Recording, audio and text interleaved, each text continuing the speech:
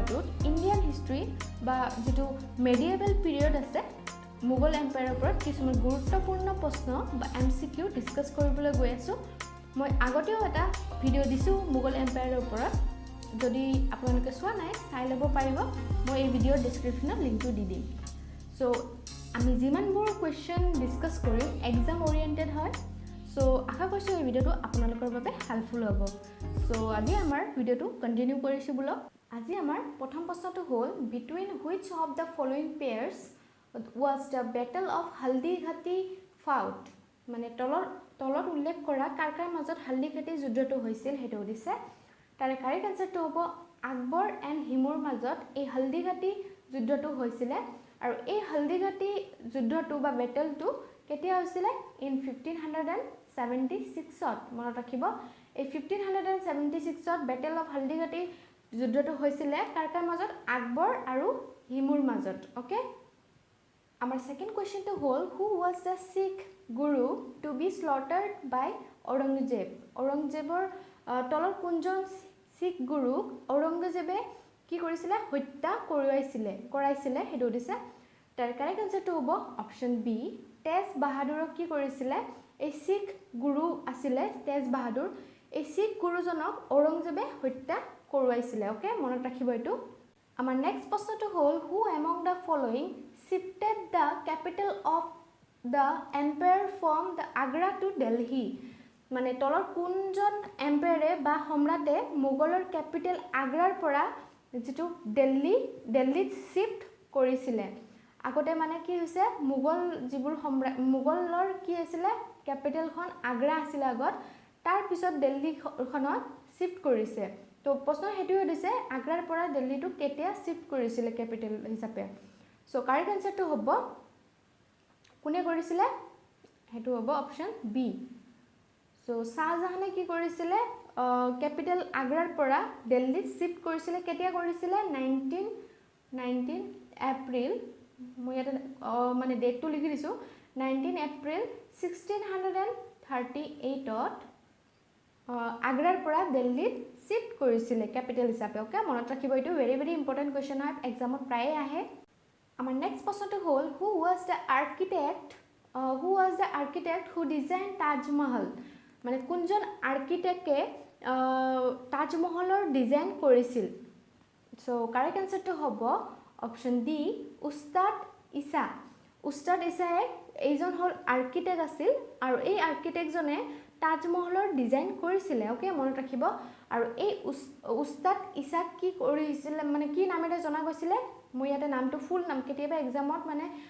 Taj Mahal design কৰা architect জনৰ ফুল নামটো আহি যায় সো মই ইয়াতে নামটো লিখি দিছো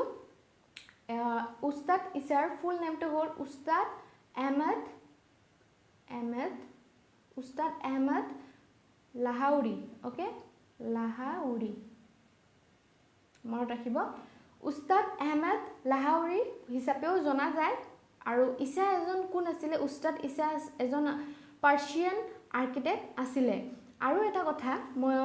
ইয়াতে আৰু এডিশনালি আপোনালোকক এটা কোৱেশ্চন কৈ দিছো কেতিয়াবা এক্সামত খুদি দিয়ে যে তাজমহল কোনে বনাইছিল হেতু আমি সকলোৱে জানো হেতু বনাইছিল শাহজাহানে এই তাজমহলটো কোনে বনাইছিল শাহজাহানে হয় তো এই শাহজাহানে তাজমহলটো যে বনাইছিল কাৰ মেমৰিত বনাইছিল হেতু আমি জানো হেতু হল মমতাজৰ মেমৰিত বনাইছিল ওকে আৰু মমতাজ কোন আছিল শাহজাহানৰ ওয়াইফ আছিল okay Our next question to hold the only Hindu courtier of Akbar who accepted Din-e-Ilahi মানে আকবৰৰ ৰাজ দৰবাৰৰ কোনজন মন্ত্ৰীয়ে এই দিন-ই-ইলাহি ধৰ্মটো একচেপ্ট কৰিছিল আৰু এটা কথা যেটো মই আগৰ ভিডিঅ'টোত কৈ আহিছো দিন-ই-ইলাহি ধৰ্ম হয় হেতু কোনে প্ৰৱৰ্তন কৰিছিল প্ৰথমবাৰে হেতু হল আকবৰে মনত ৰাখিব দিন-ই-ইলাহিটো এক্সামত কেতিয়াবা খুদি দিয়ে যে এই দিন-ই-ইলাহিটো ধৰ্মটো কোনে প্ৰথমবাৰৰ বাবে প্ৰৱৰ্তন কৰিছিল তো হেতু হ'ব আকবৰ ওকে সো এই প্ৰশ্নটোত কি হৈছে আকবৰৰ ৰাজদৰবাৰৰ কোনজন মন্ত্ৰীয়ে দিন-ই-ইলাহি ধৰ্মটো একচেপ্ট কৰিছিল কাৰেক্ট आंसर তো হ'ব অপচন সি এইজন হিন্দু একমাত্ৰ হিন্দু মানে মন্ত্ৰী আছিল আকবৰৰ ৰাজদৰবাৰৰ আৰু এই বীৰবলে কি কৰিছিল এই দিন-ই-ইলাহি ধৰ্মটো কি কৰিছিল এডপ্ট কৰিছিল একচেপ্ট কৰিছিল okay Coming to the next question is Aurangzeb was the son of Aurangzeb কাৰ পুত্ৰ আছিলে সো কাৰেক্ট আনসাৰটো হ'ব অপচন সি Aurangzeb কাৰ পুত্ৰ আছিল শাহজাহানৰ আৰু শাহজাহানৰ কিমান নম্বৰ পুত্ৰ আছিলে তেও আছিলে 3 নম্বৰ পুত্ৰ আছিলে আৰু কেতিয়াবা এক্সামত এনেকে আহি যায় যে শাহজাহানৰ টোটাল কিমানটা পুত্ৰ আছিল বা সন আছিল তো শাহজাহানৰ টোটাল কিমান হ'ব টোটাল সন আছিল হেতু হ'ব 6 জন মনত ৰাখিব আৰু এই 6 জনৰ ভিতৰত 3 নম্বৰ আছিল Aurangzeb ওকে আমাৰ নেক্সট প্ৰশ্নটো হ'ল what was the full name of Aurangzeb এক্সামত প্ৰায় আহে এইটো কোৱেশ্চন সো ইম্পৰ্টেন্ট হয় সো Aurangzebৰ ফুল নেমটো কি হেতু দিছে সো কাৰেক্ট আনসাৰটো হ'ব অপচন এ সৰি ইয়াতে মইনুদ্দিন লিখা আছে মইনুদ্দিন নহয় এটো হ'ব মুহিউদ্দিন হ'ব হা মুহিউদ্দিন মোহাম্মদ Aurangzeb মুহিউদ্দিন মোহাম্মদ Aurangzeb হল Aurangzebৰ ফুল নেম ওকে আমাৰ নেক্সট প্ৰশ্নটো হ'ল which of the following Mughal emperors wrote their own autobiographies তো autobiography মানে হৈছে আত্মজীৱনী সো এই প্ৰশ্ন সুধিছে যে তলত দিয়া কোনজন মুঘল সম্ৰাটে নিজৰ আত্মজীৱনী লিখিছিলে কাৰেক্ট আনসাৰটো হ'ব অপচন বি বাবৰ আৰু জাহাংগীৰে তেওঁলোকৰ নিজৰ আত্মজীৱনী লিখিছিলে ওকে সো ইয়াৰ লগত মই আৰু এটা কথা কৈ দিছো যে এক্সামত কেতিয়াবা আহি যায় যে বাবৰে নিজৰ আত্মজীৱনীখনৰ নাম কি অটোবায়োগ্ৰাফিখনৰ নাম কি তো এটো হ'ব বাবৰ নামা ওকে বাবৰ মই এটা নামটো লিখি দিছো বাবৰ নামা হল বাবৰে লিখা আত্মজীৱনী আৰু এটো কোনটো ভাষাত লিখিছিলে সাগাতাই এটো কেতিয়াবা এনেকুৱা আহি যায় যে বাবৰ নামা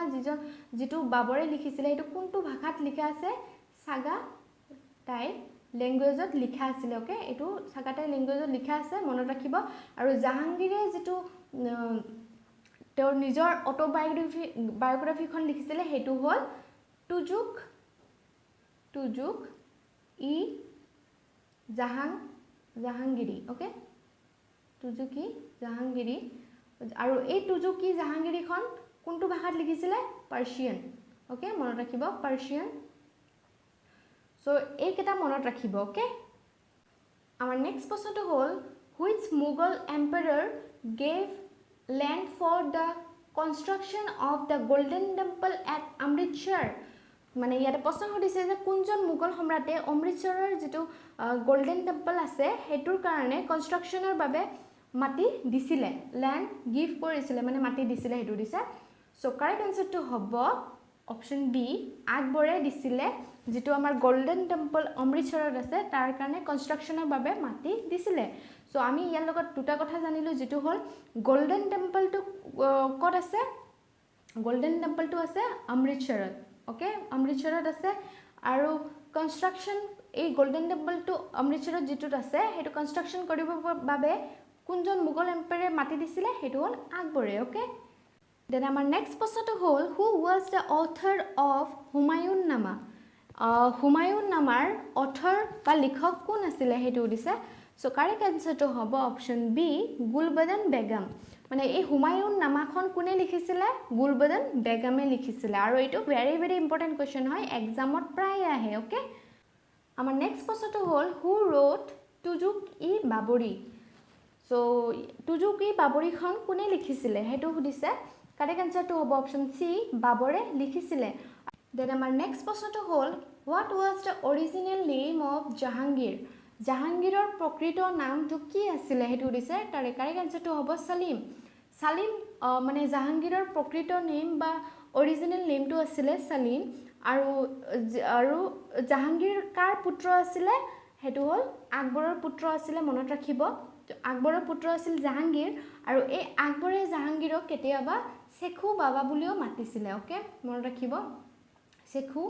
বাবা বুলিও মাতিছিলে আৰু অৰিজিনাল নেম হ'ল জাহাংগীৰৰ সালিম ওকে আমাৰ নেক্সট প্ৰশ্নটো হ'ল হু ৰোট আকবৰ নামাখন কোনে লিখিছিলে হেতু দিছে তাৰ কাৰেক্ট আনসাৰটো হ'ব অপচন ডি আবুল ফজল সৰি ইয়াতে আবুল ৰজল হৈছে এটো ফজল হয় মনত ৰাখিব আবুল ফজল তো আবুল ফজলে লিখিছিলে এই আকবৰ নামাখন আৰু আবুল ফজল কোন আছিলে আকবৰৰ যেটো কোৰ্ট আছিলে ৰাজ দৰবাৰ সেই ৰাজ দৰবাৰৰ এজন প্ৰসিদ্ধ নৱৰত্ন আছিলে আৰু নৱৰত্ন কোন আছিল নৱৰত্ন আকবৰৰ কোৰ্টত মানে নজন মানে মন্ত্ৰী আছিলে তেওঁলোকৰ মাজত বহুত ধৰণৰ স্কিল আছিলে কোৱালিটিজ আছিল সো হেনেকুৱা ধৰণৰ নজন মানুহক নৱৰত্ন বুলি কোৱা গৈছিলে আৰু এই নৱৰত্নৰ ভিতৰত এই আবুল ফজলো এজন নৱৰত্নৰ ভিতৰত এজন প্ৰসিদ্ধ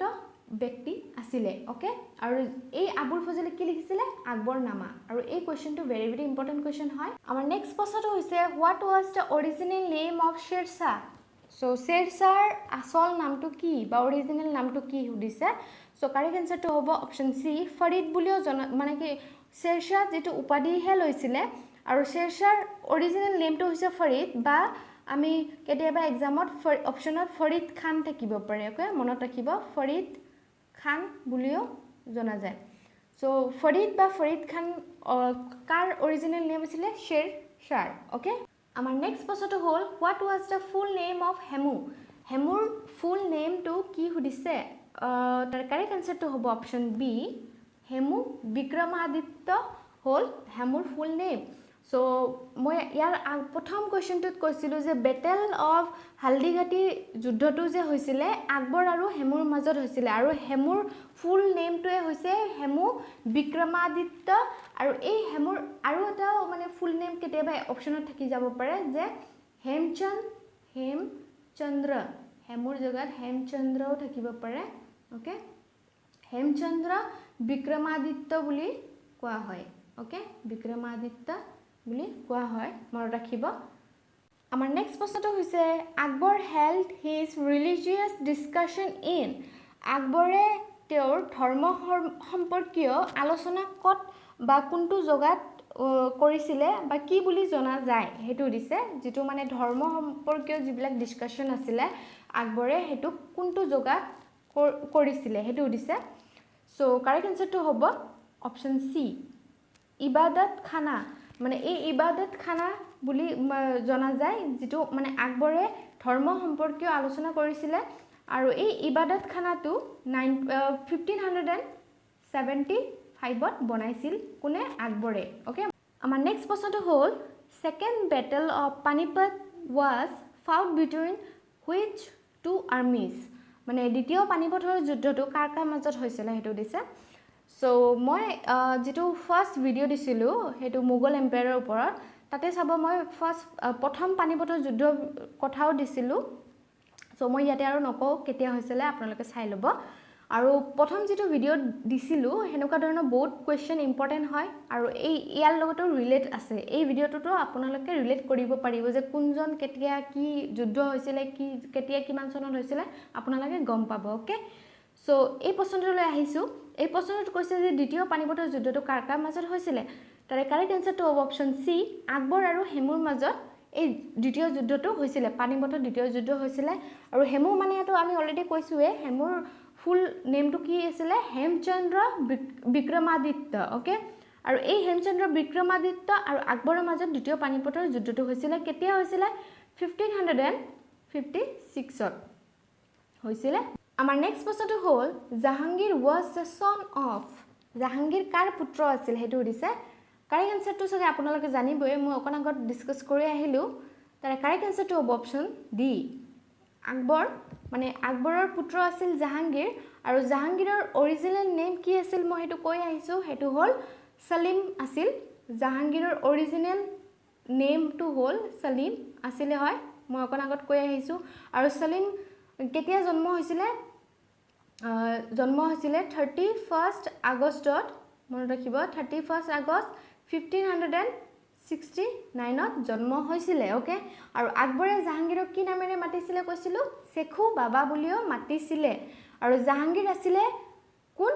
ফোৰ্থ এম্পায়াৰ কেতিয়াবা সুধি যে জাহাংগীৰ কিমান নম্বৰ মানে কিমান পজিশনৰ বা কিমান নম্বৰৰ মোগল এম্পায়াৰ আছিল জাহাংগীৰ আছিল 4th number Mughal empire okay মনত ৰাখিব 4th নম্বৰ মোগল এম্পায়াৰ আছিল যেটো কেতিয়া আছিল 1605 ৰ পৰা 1627 7 লৈ তেও মানে মুঘল এম্পায়াৰ হিচাপে আছিল ওকে মনত ৰাখিব এটো নেক্সট প্ৰশ্নটো হৈছে what was the original name of Nurjahan নুৰজাহানৰ প্ৰকৃত নাম বা আসল নামটো কি আছিল হেতু দিছে কাৰেক্ট আনসাৰটো হ'ব অপচন সি মেহেৰুন নিছা হৈছে নুৰজাহানৰ অৰিজিনেল নেম আৰু এই নুৰজাহান কোন আছিল জাহাংগীৰৰ কেতিয়াবা সুধি দিয়ে যে নুৰজাহান কোন হয় নুৰজাহান হৈছে জাহাংগীৰৰ ওয়াইফ হয় তেও ওকে সো নুৰজাহানৰ কিমান নম্বৰ ওয়াইফ আছিল তেও আছিল 20 নম্বৰ ওয়াইফ 20 নম্বৰ ওয়াইফ আছিল সো আমাৰ 20 নম্বৰ কোৱেশ্চনটো হ'ল who was the last mughal emperor মানে মুঘল সকলৰ শেষ সম্ৰাটজন কোন আছিল হেতু দিছে সো মই আগৰ ভিডিওটোত ফাৰ্স্ট সম্ৰাটজন কোন আছিল বা কোনে মুঘল সাম্ৰাজ্যটো প্ৰতিষ্ঠা কৰিছিল হেবোৰ সকলো ডিসকাস কৰিছো সো আপোনালোকে চাব এই আগৰ ভিডিওটো আৰু এই ভিডিওটোত বহুত মানে সিস্টেমেটিক বা ক্ৰনলজিক্যাল অৰ্ডাৰত পাই যাব ওকে সো লাষ্ট মুঘল এম্পায়াৰজন কোন হয় হেতু হ'ব অপচন সি বাহাদুৰ শাহে হৈছে মুঘল সকলৰ শেষ সম্ৰাট আৰু এই বাহাদুৰ শাহৰ ফুল নেমটো হ'ল মই লিখি দিছো ইয়াতে মিৰ্জা